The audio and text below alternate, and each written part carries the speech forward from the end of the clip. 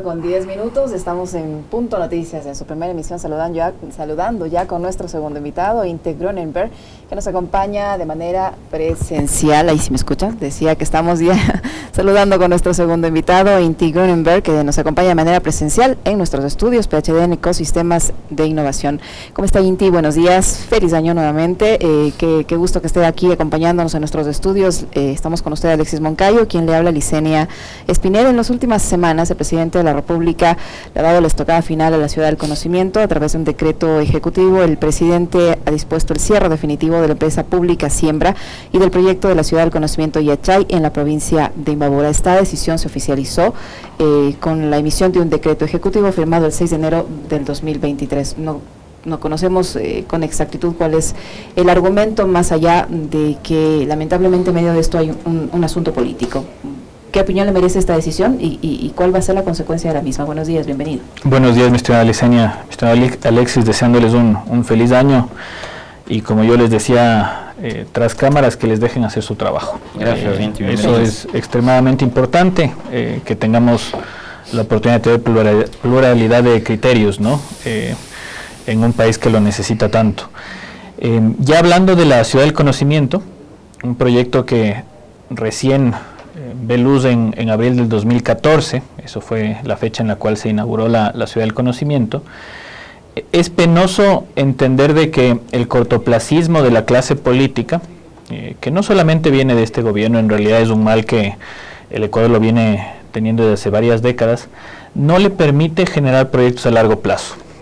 Una Ciudad del Conocimiento que tenía ciertas fallas que corregir de concepto, de diseño, no significa que eso vaya a dar una resolución de terminar totalmente un proyecto. En la Ciudad del Conocimiento, según datos del presidente Guillermo Lasso, se invirtieron alrededor de entre 600 a 1.000 millones de recursos de los ecuatorianos. Estos no son recursos que llega un presidente o un gobierno al poder y saca del bolsillo y pone e invierte en un proyecto. Son recursos de todos nosotros. Y cuando un proyecto, un partido, un gobierno decide generar un proyecto de estas características, lo lógico y lo coherente que sucede en sociedades donde tiene una clase política acorde a esa realidad, es que justamente se trate de ir mejorando en el tiempo, no desaparecer. ¿Qué van a pasar con esos 600 millones de inversión? Parecemos ricos en este país, ¿no? Sobre todo la clase política, porque se da el lujo de simplemente desaparecer un proyecto, que, como digo, tenía muchísimos temas que mejorar, tenía muchísimos errores quizás iniciales que había que ir revisando en la marcha, pero se volvió el primer proyecto de un ecosistema propio para el país, como ha habido ya en otras sociedades, ¿no? Entonces, ahora se le ha puesto fin, desafortunadamente. Veamos qué va a suceder. La política en temas de innovación, ciencia, tecnología e innovación de este país da muchísimo que desear, y eso nos mete más en pocas posibilidades de poder progresar. Hay algo que decía nuestro invitado y que en realidad me retumba a la cabeza, porque yo lo mencionaba, no sé si fue ayer o en los comentarios de la semana anterior, pero algo muy parecido, Inti, porque acá, digamos, finaliza un periodo de gobierno, sea de gobierno central o un municipio o una prefectura, lo que sea, y el que llega a barrer con todo, ¿no? O sea, cambias de logo de la institución, como que si la institución fuese tuya, cambias de logo de la institución, cambias la marca, cambias todo, ¿no? Y tiras al tacho a la basura todo. Y de paso, no solo es la imagen, sino también los proyectos. Hay un caso emblemático en Quito, que capaz es mucho más cercano, porque Urcuquí está en Imbabura, y capaz nosotros acá en Quito no lo vemos tan crítico el asunto, pero en Quito había el proyecto de la Bicicu. Llegó la alcaldía de Rodas, que además era un proyecto muy bueno, que a los quiteños nos estaba incentivando no solo a utilizar la bicicleta pública, sino a adquirir bicicleta propia para ya no tener que usar la pública, no andar con la tarjetita y tal, sino me compro mi bici y empiezo a utilizar y voy en bici, ¿no? Y llegó una nueva administración y dijo, ¿para qué? Y botó al tacho de la basura un gran proyecto de movilidad alternativa como era el de la Bicicu. Y así pasa. Entonces llega un nuevo alcalde, un nuevo prefecto, un nuevo presidente, regresa a ver si esto no me sirve y lo cierro y lo voto. Eso que dice Inti, parecería que el Ecuador es un país de ricos, ¿no? Un país multimillonario, que está en capacidad de levantar un edificio como en Dubái y después de 5 años derrocar el edificio porque quiero hacer otro nuevo, con otro modelo, otro diseño. Y decía Inti algo que sobre lo cual también se debería conversar, y es, a ver, sí, era un proyecto innovador, ¿no?, que pudo haber presentado una que otra falla, un error, pero que podía haber sido corregido. La pregunta es, Inti, también Inti es político, sabe de política, lee la política, pero ¿por qué al gobierno de Lasso no le interesa apostar por un proyecto que tiene que ver con tecnología, con innovación y con educación? Bueno, dos factores fundamentales para eso, ¿no? La visión libertaria del presidente Lasso, y él ya anunciaba en campaña, era justamente dejar de que el Estado intervenga en varios aspectos de la sociedad civil, entre ellos la educación superior. Esta visión es errónea, y hay que decirlo como tal. Errónea porque cualquier ecosistema que se ha generado, pongamos el caso de Silicon Valley en Estados Unidos, al principio todos los recursos eran públicos para generar un lugar como Silicon Valley, ¿no? Les voy a dar un dato para que entendamos la magnitud de lo que se logró en este lugar. Antes de que nazca Silicon Valley, hace más de 100 años en Estados Unidos, California, su principal producción eran el tema de producción de naranjas. Era un sitio meramente de agricultura. El día de hoy es la quinta economía a nivel global. Tiene solo el sector del estado de California, justamente por el enfoque que ellos dieron a crear un ecosistema que se basó al inicio en lo que es la tecnología de transmisión de datos, telégrafo, temas luego relacionados a la transmisión satelital que se usa en medios de comunicación, luego el internet. Entonces hubo un enfoque y eso se dio durante muchísimas décadas. De hecho, como les digo, esto nació en un proyecto hace 100 años. En el caso ecuatoriano, tenemos un proyecto que nace en el 2014, nace dentro de una de las áreas donde existe la mayor tasa de pobreza extrema del país, que es Urcuqui. Refleja lo que sucede a nivel nacional, datos del país para que entendamos el problema que tenemos.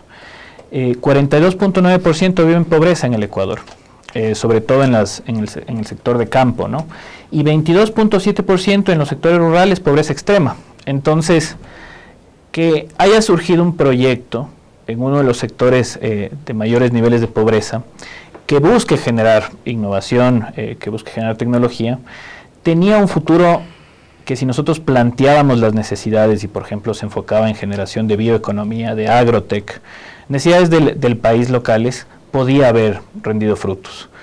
Pero esto no se dio. Cuando existe una visión polarizada de lo que es el Estado, en la cual se dice no hay que el Estado no intervenga. Yo hasta ahora no entiendo de dónde sacan eso, puesto que incluso modelos que los modelos libertarios defienden, como el de Estados Unidos, como les digo, Silicon Valley, gran cantidad de la inversión que se dio al inicio fue inversión pública. Y uno ve en el tiempo cómo fue cambiando. Ahora, en la actualidad, la inversión privada ha aumentado y, de hecho, sobrepasa la inversión pública. La inversión pública sigue, pero eso se dio durante 4 décadas de inversión pública para generar este tipo de especialidades de ecosistemas. ¿Qué tipo de proyectos, de empresas, de productos, de marcas tenemos hoy que salieron de Silicon Valley? Bueno, el Internet en sí mismo es un proyecto que nace ahí, generado una empresa llamada ARPANET, con fondos del gobierno estadounidense, prestado para el tema del sector militar de Estados Unidos. La tecnología de los transistores, que son básicamente la base de la tercera revolución industrial, de la electrónica moderna, nace de Silicon Valley. Y así podemos Facebook, Apple, Google, Twitter, todos esos tienen su base en Silicon Valley. Yo estoy justamente en noviembre atendiendo una serie de conferencias allá y uno se puede dar cuenta de que la magnitud que tiene, pero a veces nos quedamos también sorprendidos de los números grandes, ¿no? En California 3.9 millones de empresas son pequeñas, son SMEs, y son el 98% de la economía de ese estado. Entonces, proyectos de esas características acá en el Ecuador, ¿cómo se van a dar si tenemos una clase política cortoplacista que no entiende que sus dogmas no se pueden imponer cada 4 años? Porque eso es lo que sucede en el país. Llega el nuevo presidente de teoría libertaria a destruir todo de la teoría progresista, ¿no? Y lo público. Y lo público en general, en muchos casos, ¿no? Vamos al siguiente nivel, viene el otro presidente y es otra vez, ¿no? A destruir toda la teoría libertaria. Entonces, el Ecuador no se merece eso. Y es importante decirle a la gente que la política no funciona así fuera del Ecuador. La política funciona solo aquí en este país con una clase política caduca que no les importa en realidad los efectos de lo que generan. A mí no me cabe en la cabeza cómo se puede cerrar un proyecto en el cual se han invertido entre 600 millones de dólares a 1.000 millones de dólares. Deben haber problemas, entiendo que existen problemas de infraestructura, problemas legales, pero eso es justamente para lo cual elegimos gobiernos, para que solucionen esos problemas y den avance, ¿no? Y eso no sucede en este país. Y esa es una de las principales razones cuando nos preguntamos por qué no existe generación de fuentes de empleo, cuando nos preguntamos por qué la pobreza se mantiene en niveles incluso muy graves, no solamente a nivel nacional sino regional, es por eso, es porque tenemos una clase política que se cree dueña de la verdad, en este país únicamente, y llegan a borrarlo, la inversión que hicieron otros, no pongamos nombre, pero es plata de todos los ecuatorianos, y eso es lo que hay que cambiar si queremos progresar. Ahora, Inti, y por la indignación que esta decisión ha generado y que se ha expresado en redes sociales por personas que piensan como usted, que no debe ser, no se deben hacer estas cosas así de la forma en las que se hacen, la titular de la CENESID ha aclarado en una entrevista televisiva que, por ejemplo, Yachaytec seguirá funcionando con completa normalidad, y dice que se ratifica que desde la CENESID se seguirá impulsando su fortalecimiento en beneficio de la comunidad académica. ¿Cómo puede ahora decir esto, de que Yachaytec va a seguir funcionando, pero paralelamente cerrar lo demás? Bueno, hay que tomar con pinzas la opinión de la señora secretaria del CENESID, porque en febrero del año pasado, en entrevista del presidente Guillermo Lasso, justamente mencionaba los problemas que existen en la ciudad del conocimiento, y él decía en su cadena que tenía con entrevistados que iban a Carondelet, él mencionaba que va a hacer lo posible por mantener el proyecto, que va a hacer todo lo posible por tratar de recuperarlo, en sus palabras. Un año después se deciden cerrarlo, la ciudad del conocimiento, hablando de la ciudad del conocimiento, ¿no? Entonces, con los antecedentes nos pone a dudar sin duda de que ahora se queda solo la universidad. Se separó el proyecto en dos, Yachay Empresa Pública y Yachaytec como universidad. En el gobierno de Moreno, Yachay Empresa Pública cambió de nombre y se llamó Siembra EP. Se dejó muchísimos inconvenientes ahí en el tema de esa transferencia, incluso de conocimiento, no llegó a concretarse. Y esta parte, Siembra EP, que era el ex Yachay Empresa Pública, es lo que se está cerrando, es lo que decidieron cerrar, pero es lo que el mismo presidente Lasso hace un año, en su conversatorio con periodistas, mencionaba que ellos van a tratar de hacer lo posible para proteger. Entonces, ¿quién quita que el siguiente año, en cambio, la decisión cambie frente a Yachaytec? Siendo solamente una decisión meramente política, y si no.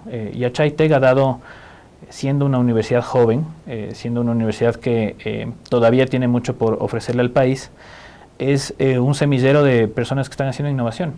Es la universidad con más personas que han logrado el reconocimiento de ser parte de la lista de innovadores menores de 35 años del Instituto Tecnológico de Massachusetts. Si la memoria no me falla, son 4 ya estudiantes de Yachaytec que han logrado este reconocimiento. Varios de ellos se encuentran ya fuera del país realizando estudios doctorales, desarrollando su tecnología.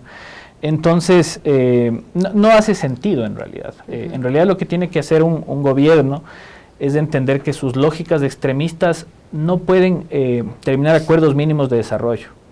En otros países, les pongo un ejemplo, en Inglaterra que yo menciono, que es bastante sencillo por los dos partidos predominantes, los conservadores de derecha, los laboristas de izquierda. Imagínense si en esas sociedades pasaría lo que sucede en el Ecuador, que llega el presidente nuevo y dice, uy, ese proyecto suena al presidente anterior, así que destruyamos. ¿Cuánto costó? 600 millones. No importa, eso hay que destruir. O sea, eso es lo que sucede aquí, e indigna eso. Nosotros tenemos que entender que la clase política tiene que ofrecerle a este país un acuerdo común de hacia dónde vamos a ir. ¿Qué es desarrollo para el Ecuador?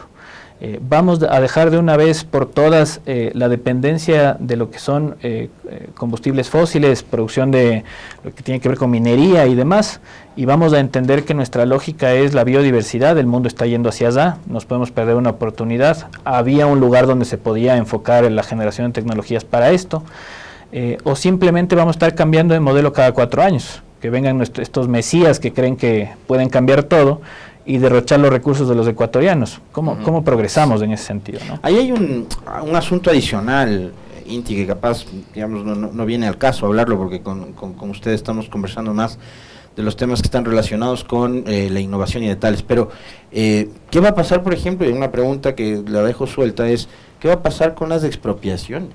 O sea, ahí se expropiaron miles de hectáreas, y ¿qué va a pasar con eso? O sea, el gobierno, el Estado se va a meter en un problema jurídico, legal, que no sabemos en qué podría terminar, pero dejo suelto eso ahí. Yo ayer le leí a Inti en sus redes sociales. Perdóname, Alexis, una cosita más que muy puntual. ¿Qué va a pasar con la gente alrededor? Los negocios. Yo soy de Ibarra, crecí en Quito, pero tengo familia en Ibarra, ¿no? Y conozco casos de muchas personas que al entender que sea, sobre todo personas de escasos recursos, personas de la clase media, media-baja, que al entender que va a haber un proyecto de estas características deciden invertir en Urcuquí, deciden ponerse sus negocios. Se empezó a dar una suerte de movilidad social también en esta parte que, como les decía, es de menos recursos a nivel nacional. ¿Qué va a pasar con todos ellos?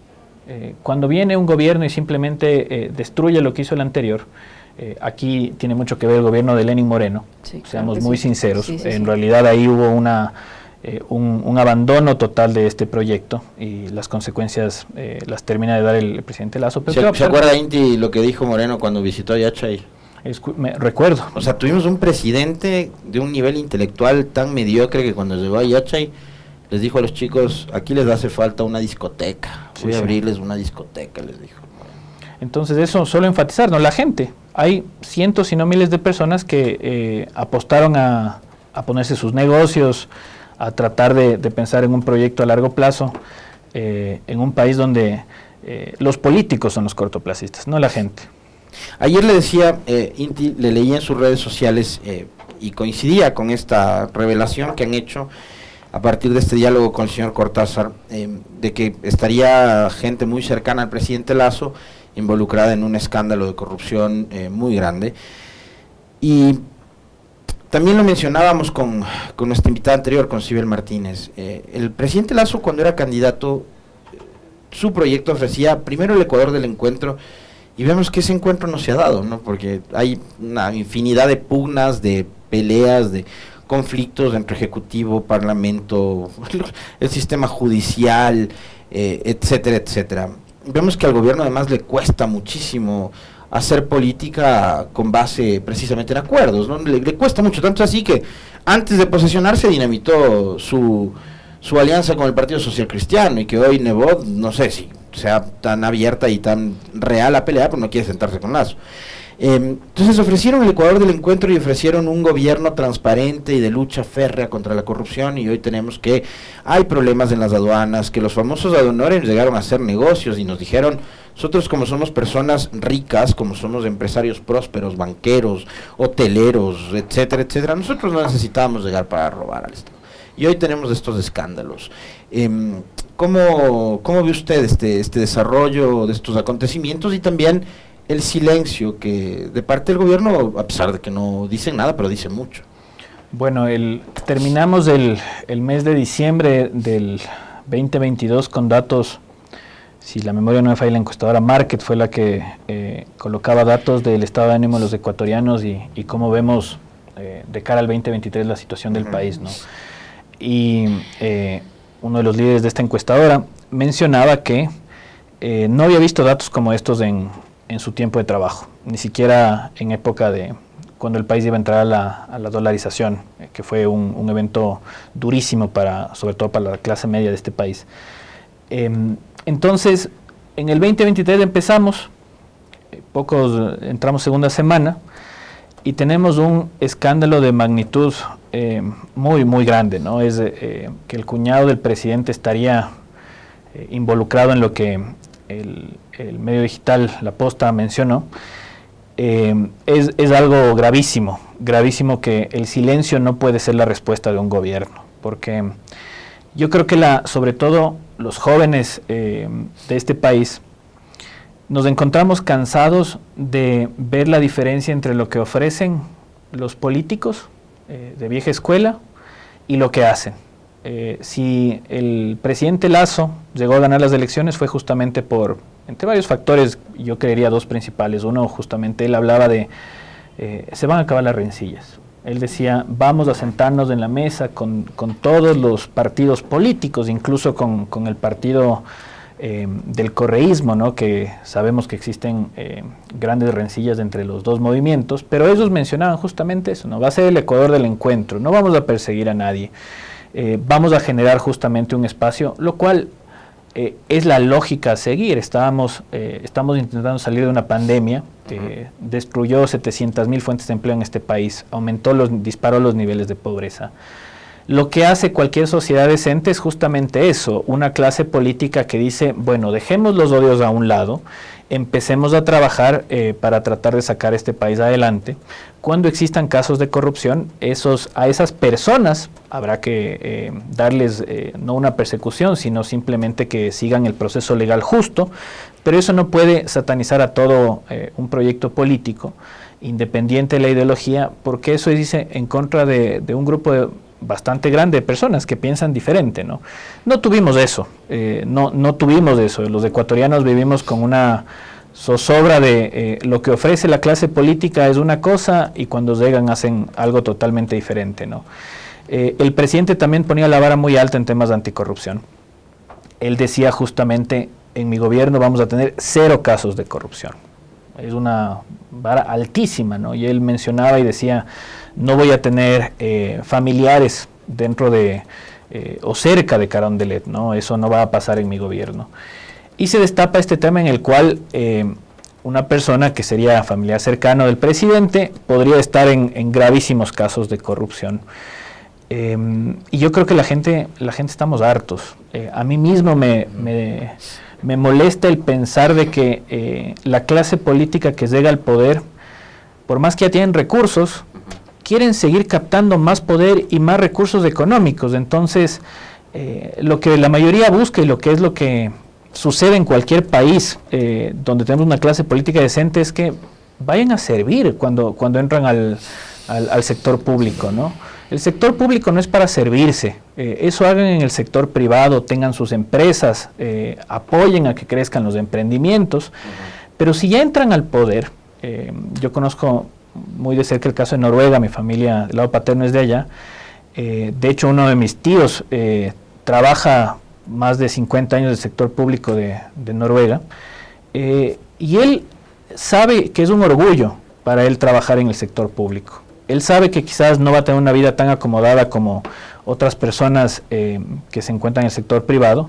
Uno ya sabe que si entra al sector público no va a llegar a ser millonario, no va a llegar a tener un montón de recursos, pero tiene ese orgullo de poder servir. Eso es lo que hay que generar acá. Acá nos han metido en unas lógicas en las cuales desafortunadamente, por lo que se ve, y esto duele, y sobre todo a los jóvenes, quienes están entrando a la política es para hacer negocios.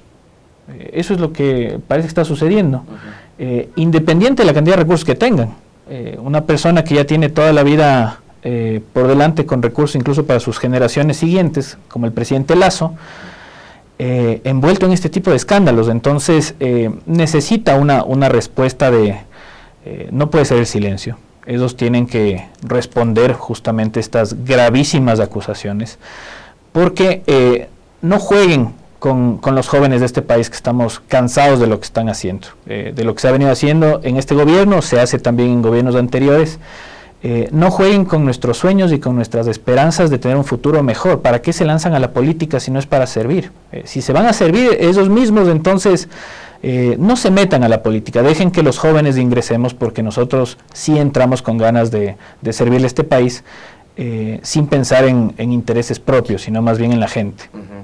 En el comentario, Inti, yo mencionaba algo bastante parecido a lo que usted acaba de decir, porque veía, hablando, y hablábamos con Inti antes de empezar la entrevista, justamente le decía, voy a hacer una confesión de lo que le mencionaba a Inti conversando, de que finalmente resultó mejor que no participe en esta contienda electoral. Inti, porque esa contaminación. Exactamente, ¿no? Porque vemos que es una baratija de ofertas y los partidos convertidos en, como hace mucho tiempo, en vehículos de alquiler, salvo honrosas excepciones, en donde creo que sí hay candidatos tanto a la alcaldía como para la prefectura que se lo han tomado en serio y que tienen propuestas concretas y reales para una ciudad, en el caso específico de Quito, una ciudad que necesita de urgencia volver a tomar un cauce, porque vamos 8 años al menos de descalabro en Quito, ¿no? Entonces, yo mencionaba en el comentario, Inti, que sí, que la política parece que se ha convertido en, ya no esa herramienta para servir a la gente, sino en un negocio, en una herramienta para seguir haciendo negocios. Y no importa qué tanta plata tengas, si puedes entrar en política para seguir beneficiándote más o beneficiar a tu círculo, lo haces. Pero en el caso de Quito es brutal, porque ya ni siquiera el municipio es del botín, es la ciudad del botín. Entonces es tan lamentable ver que hoy el mapa de Quito se ha convertido en una suerte como de referente para las empresas constructoras, por ejemplo. O sea, necesito controlar Quito para levantar edificios acá, allá, o pensar en esa lógica. Estamos a tiempo de cambiar. ¿Qué es lo que debemos hacer los ciudadanos ahora que estamos próximos a elegir autoridades locales? Bueno, les voy a poner un escenario. Paso, preguntarle si cómo ha sido este proceso también de aceptación de no haber participado en la candidatura. Bueno, pucha, ha sido durísimo, la verdad, ¿no? Yo les soy muy sincero, porque uno trata de hacer las cosas de forma correcta, ¿no? Cuando yo decidí regresar al país, producto de que gané este premio a nivel internacional del MIT, que me reconoció como inventor del año, se abre la puerta para que yo pueda proponer al Ecuador lo que estudié en mi doctorado, que son ecosistemas de innovación, que es la lógica moderna de generación de fuentes de empleo. Y uno se encuentra con un país en donde la clase política, porque vale diferenciar, la clase política no le representa a los ecuatorianos al momento. Los ecuatorianos son trabajadores, acá no es falta de talentos, falta de oportunidades, y esas oportunidades no se dan justamente desde el sector político. ¿Y por qué menciono esto? Porque si no hacemos política, por más que nos quedemos en nuestra zona de confort, tengamos nuestro trabajo, tengamos nuestro emprendimiento, nuestra empresa, la política define el destino de una sociedad. Y si la política se hace mal, lo que va a suceder es justamente el efecto que estamos viviendo. Aumenta la pobreza, aumenta el desempleo, personas terminan siendo cooptadas por el narcotráfico en nuestra región. Eso es lo que sucede. El narcotráfico se vuelve una suerte de salvavidas para personas que no tienen qué comer, sobre todo en zonas rurales, en sectores de muchísima pobreza del país, entonces donde el Estado no da oportunidades, donde no llega el sector privado, llega el narcotráfico y les ofrece una salida justamente para que puedan tener algo que comer, ¿no? Entonces, poco a poco vamos llegando al no Estado, vamos llegando a un punto en el cual prima justamente el caos, la ley del más vivo, el narcotráfico, entre otras cosas, y eso le puede suceder, le está sucediendo al Ecuador, hemos visto los efectos, le puede suceder a ciudades como Quito, y por eso es importantísimo entrar a hacer política en este país, y cambiar esa visión de quienes entran en la política, la gran mayoría lamentablemente, Alexis lo mencionaba, y es cierto, entran solo para hacer negocios. Entonces, Quito es del efecto. Y es muy fácil visualizarlo, ¿no?